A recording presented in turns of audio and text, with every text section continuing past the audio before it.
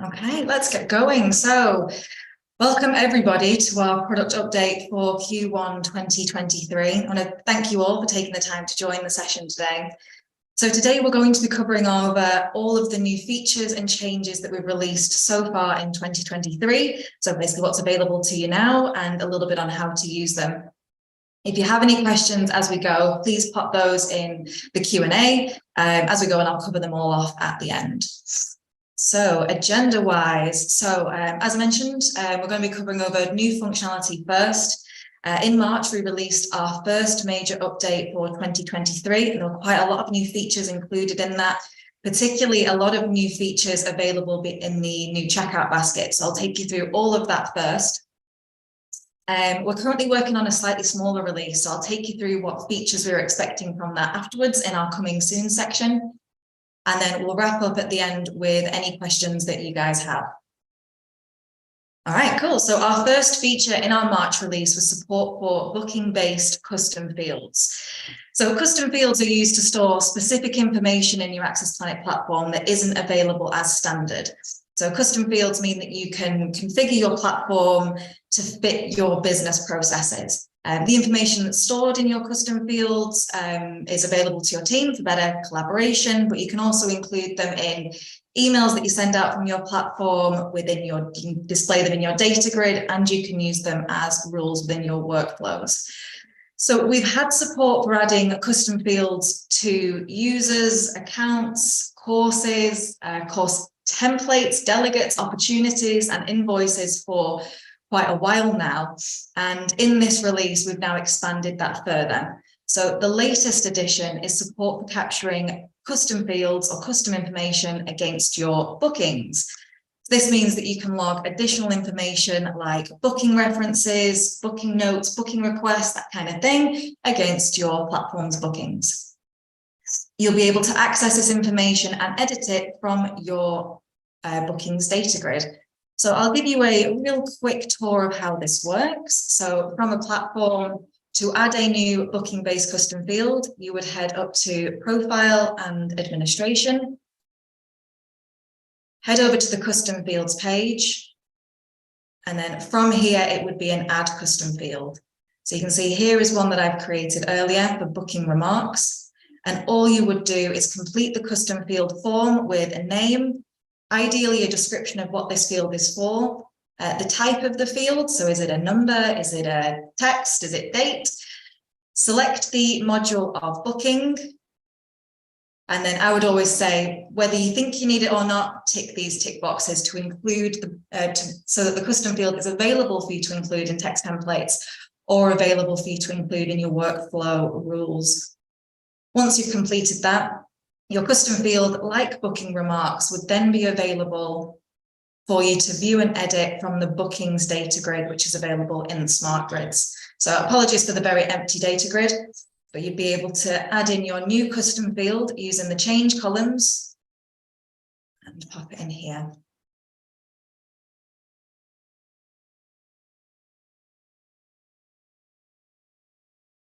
Okay, so moving on. Our second feature from our March release is the ability to send document templates in a Microsoft Word format. So document templates, they're used to generate documents that contain information from your Access Planet platform. So rather than it being a fixed kind of flat file, they're dynamic. They pull information like names of courses, names of delegates, venue information. So it makes them very useful for sending things like certificates, sign-in sheets, joining instructions, name badges, that kind of thing. Now, if you've ever wanted to send out your document templates in an editable format to your customers, whether that's your delegates or your trainers, you now can. So, as I mentioned previously, all document templates sent out over email using workflows were sent as PDFs. So that works perfectly for documents like certificates or joining instructions letters where you don't want the recipient to make any changes to them. However, if you would like to be able to send your trainers a register where they can add some more information in, or you'd like to send your delegates a document for them to complete before the course, you can now send out your document templates in a Microsoft Word format. So to do this, that uses the new Keep Original Document Type When Emailed checkbox. So you would find this, again, up in Administration, head over to document templates. And then when you're uploading your new document template, you would provide its name, a description if you would like. Of course, upload the file itself, but then tick this new checkbox, the keep original document type when emailed. Then you would just attach your document template to your workflow email action as usual. Okay, onto our checkout updates, and there are quite a few of these. So there are 4 new features available within the checkout basket, and also 4 new features available within the checkout registration form and managed booking form. So I'll take you through the new core checkout features first. So first of all, the checkout basket now translates into a wide range of languages. That depends on what languages you've got enabled within your platform, but then your customers would be able to select from the language drop-down box at the top. And the checkout basket will then translate using one of our translation tools, such as Google's Translate tool, to translate the basket for them.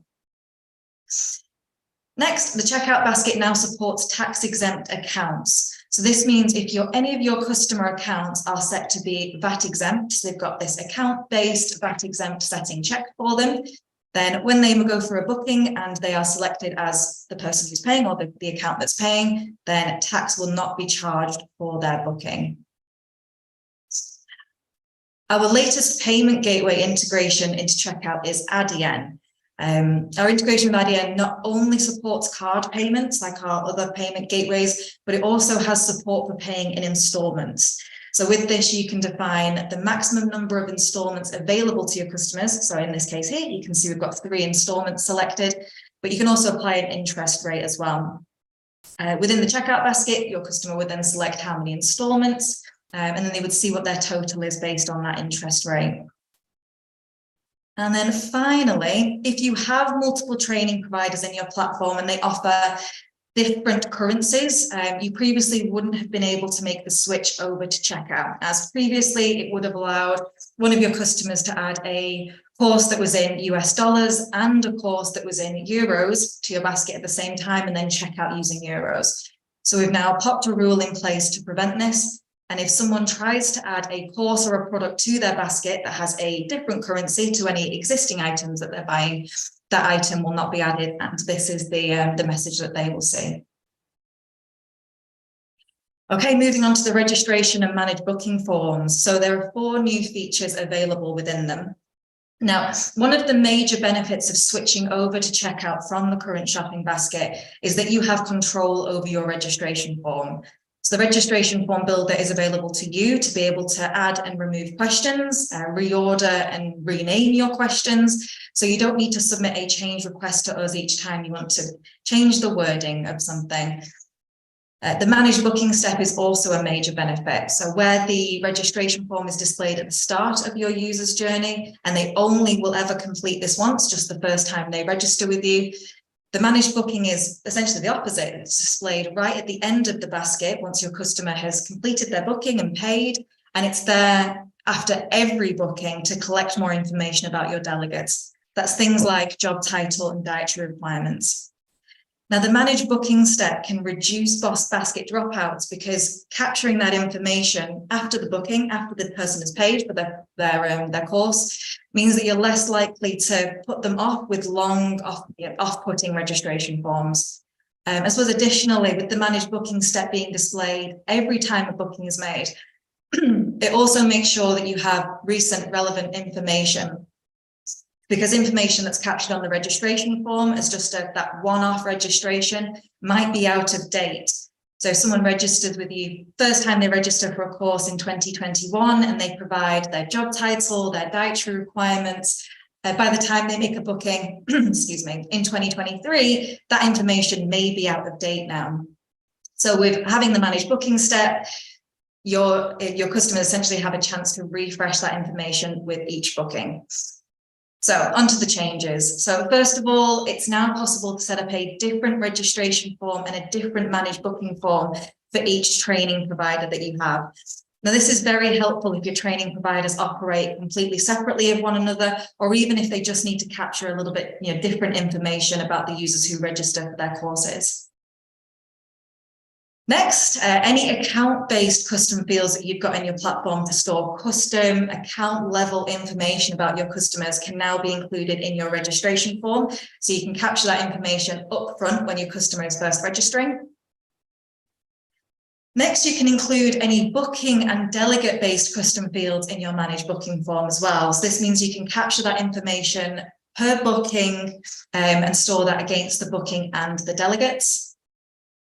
And finally, if any of your courses require a little bit more information about your delegates and it's just those courses, you can add questions into the managed booking step and choose which courses they should appear for based on the category of the course. So if a delegate is booked onto a course that is not in that category, that question won't appear for them in the managed booking step. So we see quite a lot that our customers need to capture date of birth just for some courses. So you would set up the date of birth option to only show the delegates booked onto courses from a certain category, and then it would only appear for those courses. Now, this Q1 update with the changes to checkout, the new functionality that's available and the additional features available in the registration and managed booking forms may mean that quite a lot of you can make that switch over from the old basket to the new basket. So we do have a dedicated page for this on our knowledge base, and it lists every feature that's available and every that isn't yet. So please take a look at that to see if you're able to make the move. And if you think that you are, then please get in touch with your CSM and we'll start the ball rolling to work with you to make that switch. Cool. Okay, moving on. So next we've got an update to the way that credit notes are generated for sessional courses. So credit notes are used to balance off invoices when you're no longer expecting a payment for them. So for example, when a delegate is cancelled or transferred from a course, their original invoice will get credited off. Now in this release, we've introduced a new option which changes the way that credit notes are generated when they relate to sessional courses. So previously, when a delegate was cancelled or transferred from a sessional course, the credit note would just be linked to their parent course, not the individual sessions. Now, the credit note can be linked to those sessions from what the delegate was transferring from or cancelling from. So just to take you through an example. So previously, if a delegate had been booked onto a sessional course, there were 3 sessions all run apart, November, December, January, and the delegate had paid £100 for each session. So £100 in November, December, and then January. When the credit note was generated for their cancellation, it will have only been linked to the parent course, and therefore the entire £300 worth of credit would have been allocated entirely in November. Now, with the new option in place, the credit note would be linked to each of those sessions. So you can see here in this example, we have £100 of credit allocated to November, another 100 in December, and another 100 in January. Now, this is an opt-in setting, so please just let a member of the Access Planet team know if you'd like this updating in your platform. Our next update was to introduce nominal code and cost center options throughout the platform. So nominal codes and cost centers are both commonly asked for within finance integrations to kind of chart income and measure where that income should be allocated to. So we've implemented a new drop-down box, first of all, for nominal code. So this is available on course templates, courses, vouchers, products and services, and discounts. So there's a new drop-down box available there on all of those forms. You can define your own list of nominal codes. So we're well aware that nominal codes vary from business to business. So you would use the custom list items area of the platform to set up your list of nominal codes. And then cost center has been added as a free text box. It's also available throughout the platform. So that's available in the course templates, vouchers, products and services, and discounts pages. And if you use our Zinc integration, this has been updated to use the nominal code from the dropdown from your courses. Finally, if you don't plan to use these nominal code or cost center options within your Access Planet platform, you can tidy them away. So rather than letting them kind of clutter up your platform forms, you can use the configure forms functionality to tuck them away. So I'll just give you a quick show and tell of that configure forms option. So let's say it was for course templates. We were not interested in looking at nominal code and cost center. I would just edit an existing course template. If I scoot down to the cost section here, I can see my cost center and nominal code ID. If I don't want to use these options, then I would use this button to configure form. Just make my page a little bit bigger. And then within the cost section again, I would choose to hide these two options. Then once I've saved, that will apply for all of my administrators in the platform, and those fields will be tucked away nice and tidy. Now, the configure forms is a cool little tool. So if you would like to have access to this, if you don't already, then please get in touch with a member of the team and we can make that happen. Okay, so our final update for this quarter is additions to our financial API feeds. And this is to better support integrations with kind of finance, accounting, bookkeeping systems. So this is a little bit of a snapshot from our invoice items API feed. It's a data feed of all the items that are included in your platform's invoices. So this information is, of course, very helpful to inform a finance or accounting system of what the customer has actually purchased. So within the feed, we've made 3 additions. So for each item that's included in that API feed now, we now have nominal code and cost center, which, as we've just discussed, is now available throughout the platform. And we've also added a line description, which basically describes the item. For example, if it's a delegate-based invoice item, it will include the name of the course and the name of the user that's being booked on. So yeah, apologies for the very matrixy looking image for anyone who isn't familiar. Just a quick run through this example. So what we're looking at here is this is a course invoice item. So someone has been billed for a course. The line description contains the ID of the course, the label of the course, and the date of the course. The cost center is currently empty, and it has a nominal code of 4000-sales. So that is everything we've released in Q1. So thank you very much for sticking with me so far. Let's take a look at what's currently in the works. Okay, so first of all, our next checkout feature that we're currently working on is support for partial payments or deposits through checkout. So with this feature, you can define per course how much of a deposit is required when the customer is booking up front. So your customer would then choose to pay anything from that deposit value up to the full price of the basket. And this is great to encourage more bookings, especially if you have some quite high value courses that can be a bit much for people to pay up front. And then they can then spread that cost over multiple payments with you. Following that initial booking, they would log into the platform and make a new payment against their invoice.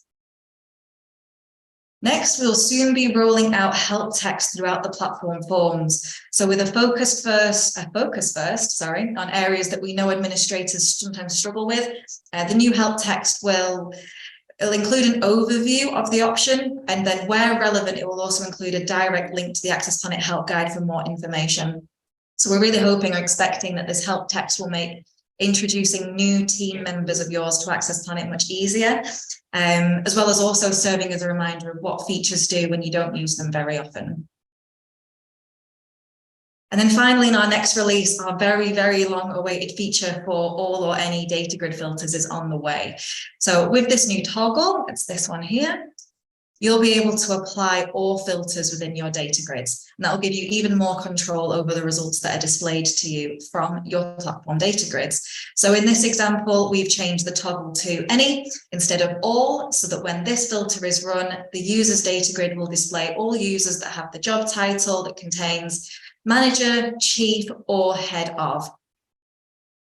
There is just one other feature that we're working on that I'd like to talk to you about today, and that is MFA. So we are currently working on support for MFA, or multi-factor authentication, across all the login pages in Access Planet. Now, MFA is quickly becoming the industry standard to secure logins and protect data.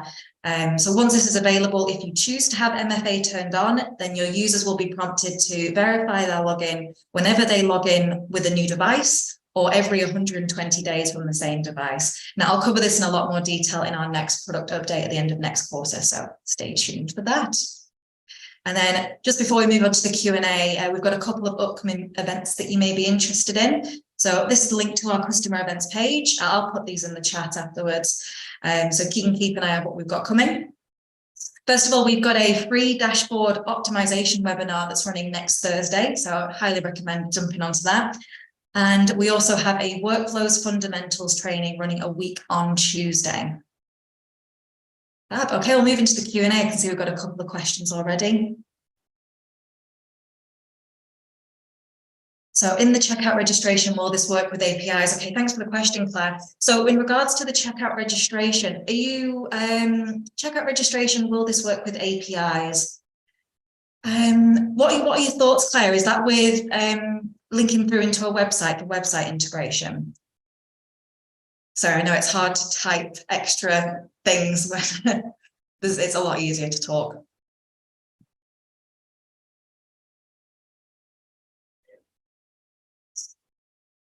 Oh, I see what you mean. Okay, so in terms of someone registering on checkout, they would be created as a new user in the Your Access Planet platform straight away as soon as that registration is complete. So if you were to use the users API feed, which is a feed of every single user in your platform, then you would be able to grab that user's information and push it into another system like Dynamics. Yes, completely. Oh, apologies, Rachel. Sorry if that was a bit fast. This has been recorded, so I can send the recording link over to you. If there was any particular, items that you want to recap over, then we could maybe have a potential separate session for that, or take that through with your CSM. Alex, can we customize the help text popovers? So that is something that we've got as a potential future consideration. So it's not an absolute definite for now. So I think what Alex is asking about, correct me if I'm wrong, is where we have the upcoming help text by the little question mark icons. So Access Planet will be predefining a lot of help text throughout. But yeah, Alex, great minds. We were considering that as a future improvement. Yeah. So will the Adyen spread payment function be turned on as default within checkout, or do we need to apply for it to be activated? Okay, good question, Philip. So with Adyen, that's a third-party payment gateway that you would first need to get an account with. So once you've got an account set up with Adyen, we'll then link the two together. So we'll basically connect your Adyen details into your Access Planet platform. If you have installments enabled within Adyen, you can then just in Access Planet, all you need to do is say, we offer up to 12 installments or up to 3 installments, whatever you would like. If you'd like to apply an interest rate, you'd put that in at that point as well.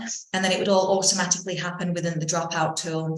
Now, Adyen handles the entire process for that installments as well, make it nice and clean. So they will, they'll make those payment requests to get those future payments. Rachel, it is so IT-based, it does not cater for non-IT specialist, not for the simple admin user. Okay, Rachel, if there's anything specific, around the items that we've covered, the new features or anything within the checkout basket, then let me know on that. Otherwise, we might be able to schedule a separate session just to go through this at a more slightly slower pace. Would existing customers be able to change their own shipping address? Oh, that's a great question. So, anonymous. The question is, would existing customers be able to change their own shipping address? Now, if this is kind of the question in relation to the checkout basket, then you can add shipping address fields into that manage booking step, which appears at the very, very end of the basket. With the manage booking step, what happens is every single time someone makes a booking, they'll get to the end, they've completed, they've paid, lovely. That manage booking step will pop up to them. And if you've included shipping address within there, then it will include their current shipping address, what they've had in before. So if it's the same, they don't need to go out of their way and change it. It will just be the same and they can save. But if it has changed since their last booking, they'd be able to make that change themselves in line and then kind of save that change there. Alex, is there any update on consolidation of communications? Not at this point, no, sorry. It has been something we've been talking about, but there's no movement that I can share with you properly. It's just been what we've been discussing internally again. So sorry, I know it's probably not the news you're after. And from Jamie, are there any plans to roll out help form text to checkout? Oh, so Jamie, do you mean basically having support for help question marks in the checkout basket? Oh, okay, cool. To be honest, no, there aren't any plans for that, but that is a good idea. Is there any particular parts of checkout that you think would benefit? So like maybe it's like explaining what the stages do or explaining specific fields? And just while you're getting that down, Claire, I'll just get to your question as well. So is there any update on price schemes within the checkout basket? So Claire, yes, I'm happy to share with you. We have started on the development for that. We're just not sure yet which release we're expecting it to be in. So where partial payments, we're quietly confident that will be in our next release. Price schemes might come a little bit later. So definitely stay tuned. But yeah, work has started. We are focusing first on price schemes for accounts and account groups, and then we'll be covering job role-based price schemes later. Yeah, Jamie, just general help throughout the checkout basket. I think it's a good idea. Yeah, that's something that I'll take on board, take back to the product team.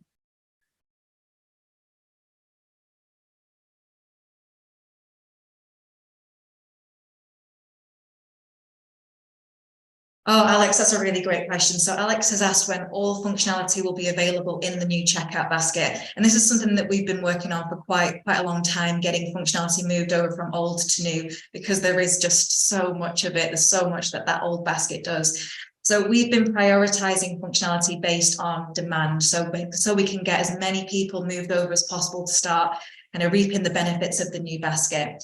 So we've been focused on, as I say, the ones that are going to let most people move over.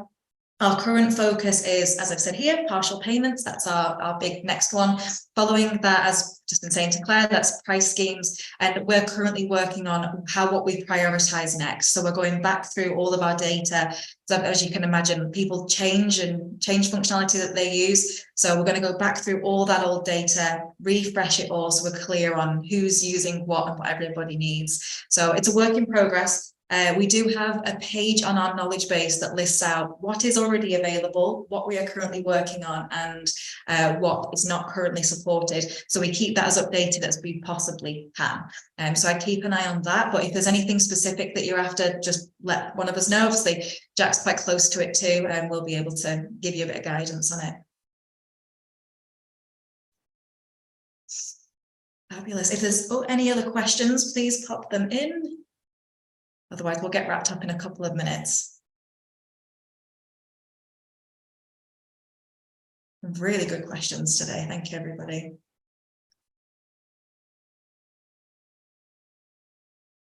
Lovely. All right, I think that might be everything. So I'll let you all guys all go and get back to your days. But I really appreciate the time that everyone gave to come along today and all the really great questions that you had as well. If you do think of anything later, anything follow up, then please get in touch with either product@accessplanet.com or your CSM. Either is fine, and we'll do our best to get back to you as quickly as we can. All right, thank you so much, everybody. Enjoy the rest of your day.